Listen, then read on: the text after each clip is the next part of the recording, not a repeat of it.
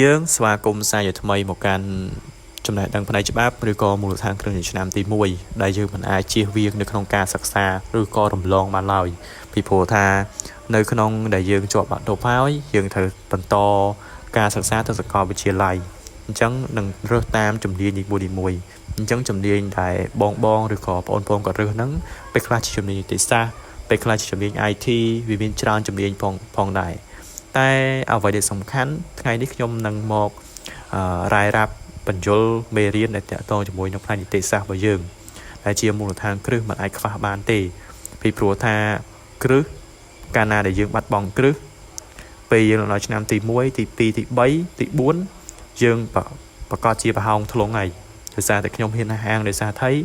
មូលដ្ឋានគ្រឹះឆ្នាំទី1គឺគេតម្រូវយើងសិក្សាអំពីមេធានច្បាប់ការកការច្បាប់នៃការបង្កើតច្បាប់និងអ្វីផ្សេងទៀតដែលយើងត្រូវតែស្វែងយល់ហើយខ្ញុំសូមបញ្យល់ចុងក្រោយថានៅមានស្ថិតិមួយទៀតដែលអ្នកសិក្សាខ្សែគណិតនិងតម្រូវរៀនផងដែរប៉ុន្តែរៀនមួយឆមាសទៀតគឺមិនរៀនទេហើយដែរក៏មកយើងឃ្លាតឆ្ងាយចាក់ឆ្ងាយអំពីមេរៀនរបស់យើងឥឡូវយើងនឹងមកសិក្សាពីមេរៀនប្រវេណីទី2ប្រវេណីហើយផ្នែកទី1គឺសញ្ញានៃប្រវេណី1.1គឺនិយមន័យនៃប្រវេណីហើយ1.2គឺការបែងចែកប្រវេណីជាមួយនឹង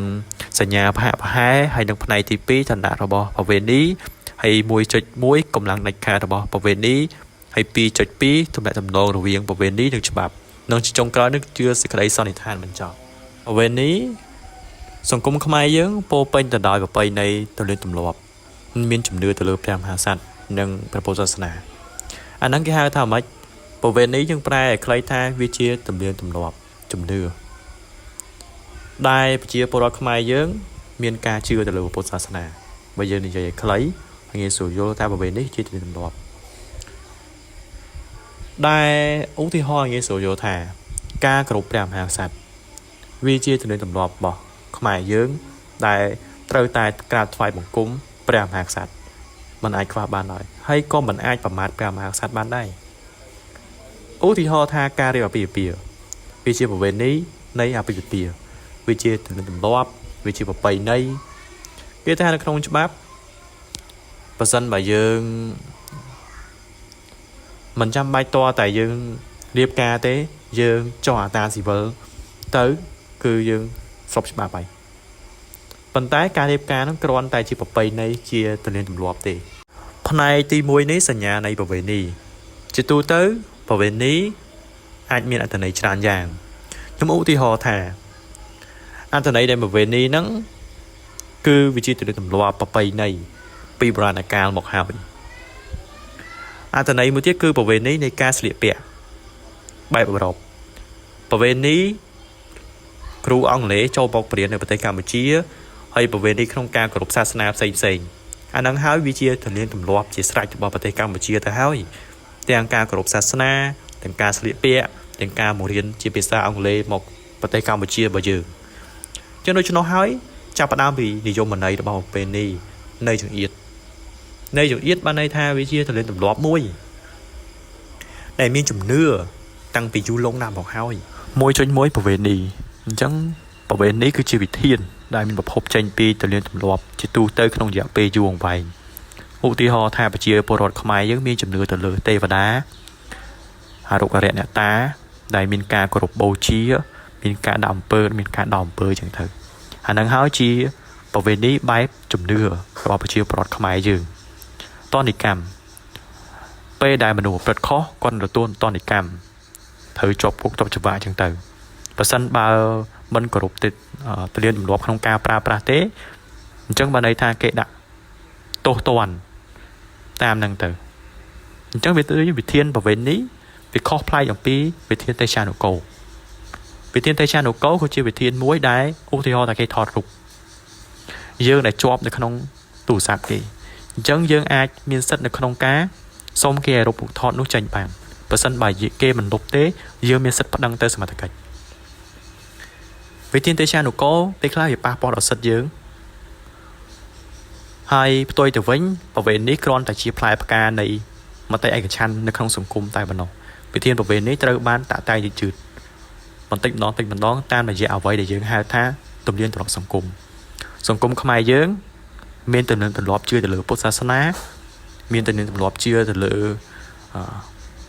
អរុក្ខរណតាការដាក់ទោសទណ្ឌនិកម្មហ្នឹងគឺពេលខ្លះតាមសម័យមុនឯងប៉ុន្តែសម័យបច្ចុប្បន្នឥឡូវគឺស្របតាមផ្លូវច្បាប់វិសោធនកម្មច្បាប់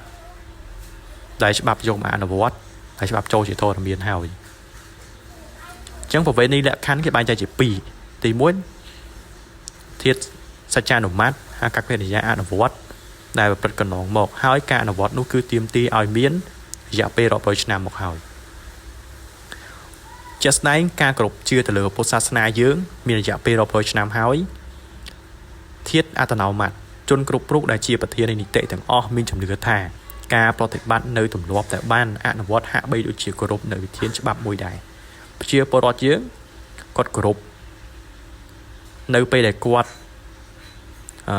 ធ្វើអ្វីទៅឧទាហរណ៍ថាគាត់ធ្វើខុសតាក់ទងជំនឿដូនតារបស់គាត់អញ្ចឹងពេលដែលគាត់អនុវត្តគាត់សែន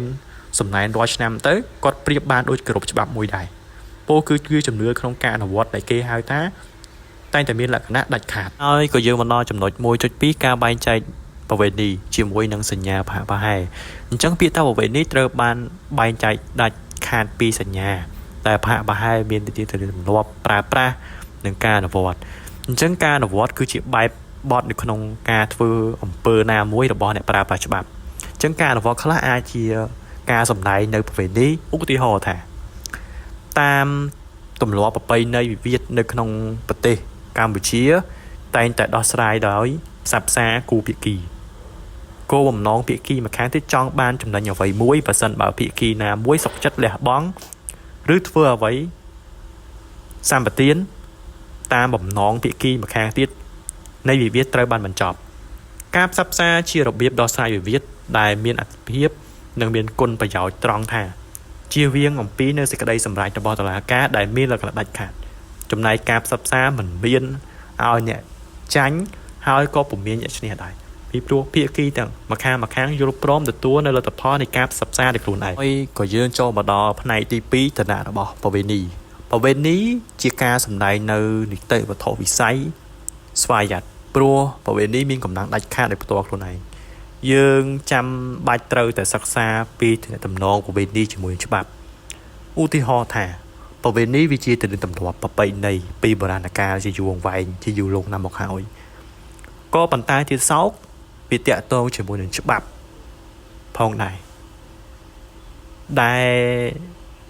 ពីព្រោះថាទំនៀមទម្លាប់ខ្លះវាគ្រាន់តែជាយូរលង់ពីសម័យណាមួយទេឡូតដល់បច្ចុប្បន្ននិយាយងាយស្រួលយល់ថាតាក់ទងជាមួយនឹងក្រមព្រហ្មទណ្ឌតាក់ទងជាមួយនឹងការជេរប្រមាថព្រះសង្ឃ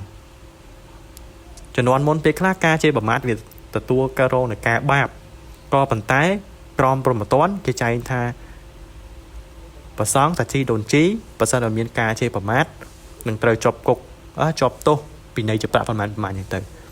ដែលជាប្រភពចម្បងរបស់នីតិនៅក្នុងប្រព័ន្ធច្បាប់ស៊ីវិលហ្នឹងឯងដើម្បីកំណត់ឲ្យច្បាស់នៅឋានៈរដ្ឋសំទោសរបស់ប្រវេណីនឹងឯងក៏ចូលមកដល់ 2.1 កម្លាំងដាច់ខាតរបស់ប្រវេណីមានកម្លាំងដាច់ខាតមានន័យថាចៅក្រមអាចលើកប្រវេណីមកធ្វើជាសម្អាងប្រពៃណីទំនៀមទម្លាប់ជំនឿការដាក់ទណ្ឌកម្មមកធ្វើការសម្អាងនៃសេចក្តីសម្រេចរបស់ខ្លួនបាននៅក្នុងរឿងក្តីរដ្ឋប្រវេណីអ្នកនីតិបញ្ញត្តិបានកំណត់យ៉ាងច្បាស់ពីកម្លាំងដាច់ខាតរបស់ប្រវេណីបើសិនបើច្បាប់ចែងមិនបានច្បាស់ឬច្បាប់មិនបានចែងចៅក្រមត្រូវជំរុំជម្រះដោយផ្អែកទៅតាមទំនៀមទម្លាប់ឬប្រវេណីនឹងឯងហើយជាចុងក្រោយមកគឺជាសេចក្តីបញ្ចប់បានសេចក្តីសន្និដ្ឋានជារួមមកប្រវេណីគឺជាការបែងចែកចេញពីការអនុវត្តទំនៀមទម្លាប់ជាទូទៅក្នុងរយៈពេលយូរដូចជាថាប្រជាជនមានជំនឿទៅលើពុទ្ធសាសនាទៅលើទេវតាទៅលើអរុក្ខរណតាទៅលើបាបកម្មទៅលើការដាក់អំពើហ្នឹងឯងជាទំនៀមទម្លាប់ជាប្រពៃណីជាយូរអង្វែងណាស់មកហើយការដាក់ទណ្ឌកម្មពេលដែលអ្នកធ្វើខុសហ្នឹងត្រូវដាក់ទណ្ឌកម្មយ៉ាងម៉េចត្រូវកាត់ទោសយ៉ាងម៉េចបើសិនបើមិនគោរពតាមនោះជាគោលការណ៍គេបានបែងចែកចេញជាលក្ខខណ្ឌ2នៅក្នុងប្រវេណីទី1ធាតុ សច្ចានុមត្តដែលជាធាតុសម្ភារៈក្នុងការសម្ដែង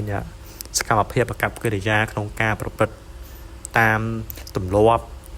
ធាតុអត្ថនោមត្តដែលជាធាតុចិត្តសាស្ត្រចេញពីចិត្តគំនិតរបស់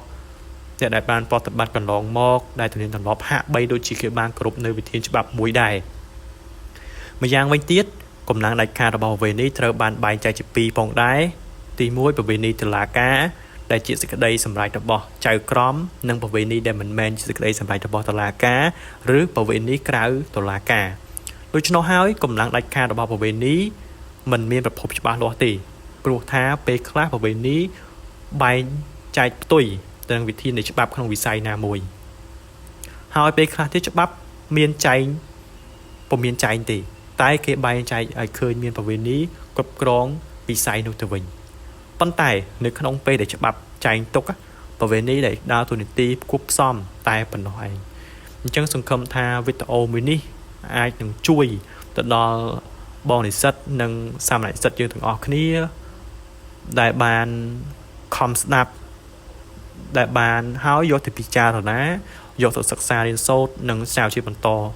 ហើយវីដេអូមួយនេះសង្ឃឹមថានឹងទទួលបានចំណេះដឹងសម្រាប់ទាំងអស់គ្នាសម្រាប់អ្នកសិក្សាមូលដ្ឋានគ្រឹះជានិស្សិតឆ្នាំទី1នឹងឯងសូមអរគុណ